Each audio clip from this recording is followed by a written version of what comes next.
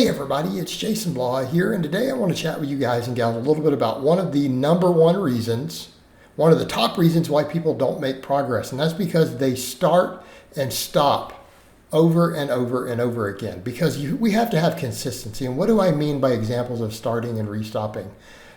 People who maybe they push too hard, they try to tackle too much at once, they get burned out instead of creating habits, and then what happens? They spend 2 or 3 months making some decent progress in the gym, right? They make some decent progress. And then what happens? They get burned out. They take 2 weeks off. They take a month off, whatever, right? This happens and then they regress. They regress. Okay? And they don't understand that this basically puts them back to pretty much square one when this happens. And I know it doesn't seem like a lot. They're like, well, it should be cumulative. Well, in theory, it should. But you end up losing downtime. This is to a lesser degree. And when you understand this from the lesser degree, you'll understand it from the bigger scale. I get clients who do this. They're like, well, coach, I'm going to go on a vacation. And then they don't train. They take 8 days. They go on an 8-day vacation somewhere, and I tell them, hey, you need to train. You need to be at the gym. And they're like, well, would it really be a vacation if I still train? And I'm like, yes, because this is a normal part of your self-care. It's a normal part of your overall life. It's an overall part of your lifestyle. And when you don't maintain those habits, it's a problem. So yes, you need to train even on your vacations, even if it's only 15 minutes, right? So this is why I give people things like a 5 basic exercise, right? Haven't I thrown that out there? I'm like, if you do these 5 exercises at a minimum, you'll be okay. So that includes when you go on a vacation or you're super busy. You have to maintain that habit. So what are those 5 exercises I've thrown out? Squat, bench, deadlift, pull up, barbell curl, right? Those 5 movements. Now, people say, where's all the extra delt work? Don't you push lots of that for aesthetics? Yes, but you don't have to have it to maintain your overall muscle. Those 5 are where you're going to get your foundation from. It's what I advise, at least. My opinion says me, and this is my channel, my video.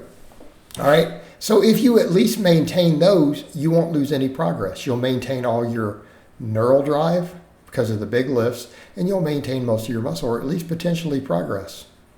Even during a vacation week, if you come in and you do 3 sets of those 5 exercises for the whole week, find a gym where you can do them, get in, get them done, you might even make some progress. But you're going to recover easy because the volume is going to be crazy low. It's only 5 total sets for the whole dang week. You'll be okay. But if you take the entire week off, you lose muscle. People say, I don't believe that. The research says that you will. And people are like, why don't you lose muscle with a week off from a body part? Because you're moving other body parts and there's carryover, there's splashover. But when you do zero resistance training, number 1, you lose neural drive. Okay, you lose a little bit of the peak. Number 2, your muscles will regress a little bit. The only time people come back a hair stronger is usually when they overeat on their vacations and gain water weight, and they needed their recovery a little bit. When I had to take those weeks for some stuff in my personal life, I oftentimes regressed. Oftentimes I regressed. All right? The only thing I ever didn't on was like sometimes the bench press would come back stronger. But generally, you're going to regress a little bit. You're going to lose muscle. You're going to lose neural drive. So what happens in the first week coming back? You're doing nothing but catching up lost ground. You're retraining the lost stimulus, okay, the lost gains, the neural drive, the muscle that you lost. So when you take a week off, you technically lose 2 weeks of progress. Now, that seems really minor, doesn't it? People are like, well, that's only 2 weeks. Well, what happens, though, if you have someone who does it every 6 weeks? Okay, so they're basically regressing and having to restart a little bit and losing 2 weeks of progress every 6 weeks. All right, this ends up causing a less gains. And people say, but we're gonna gain very little over time anyways. Does it matter? Yes, it starts to add up. It starts to add up over time.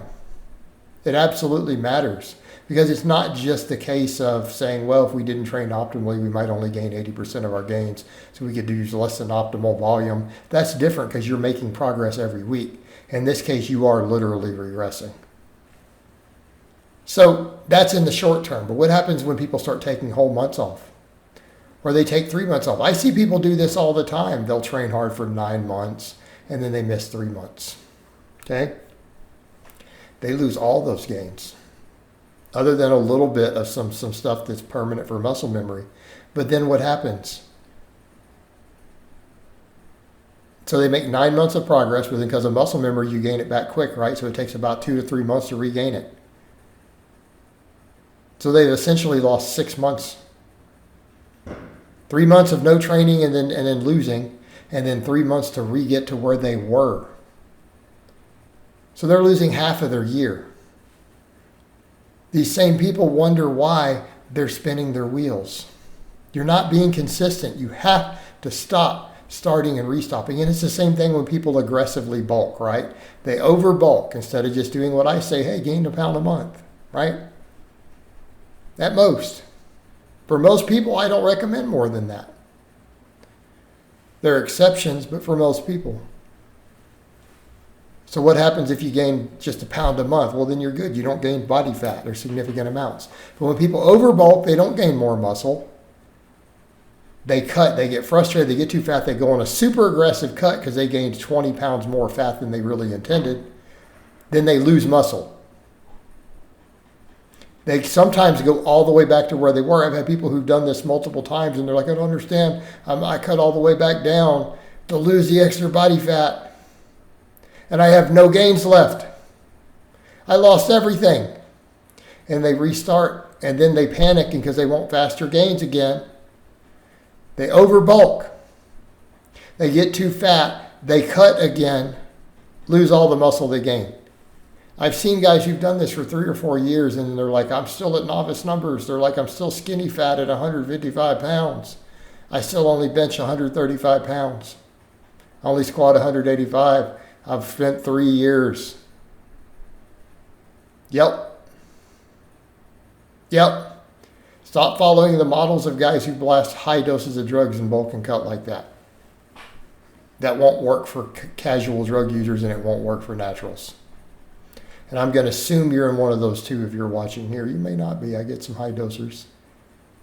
But that strategy is not going to work. You're essentially starting and restopping. You're no different than the people who take months off every year. You're getting the exact same effect. So what's going to happen? You're going to make very, very little progress. We have to be consistent. And I remind people, consistency trumps all. So same thing when you're trying to gain 1 pound a month, gain half a pound a month. Doesn't matter, as long as the programming is dialed in, you're going to gain muscle. You'll never stop gaining. You're good. On a vacation, don't take a week off from training. Get in and do some very basics so that you're always gaining something all the time. All right, guys, well, that's really all I have to say on that today. I hope it's been informative, and I'll talk to you guys and gals next time.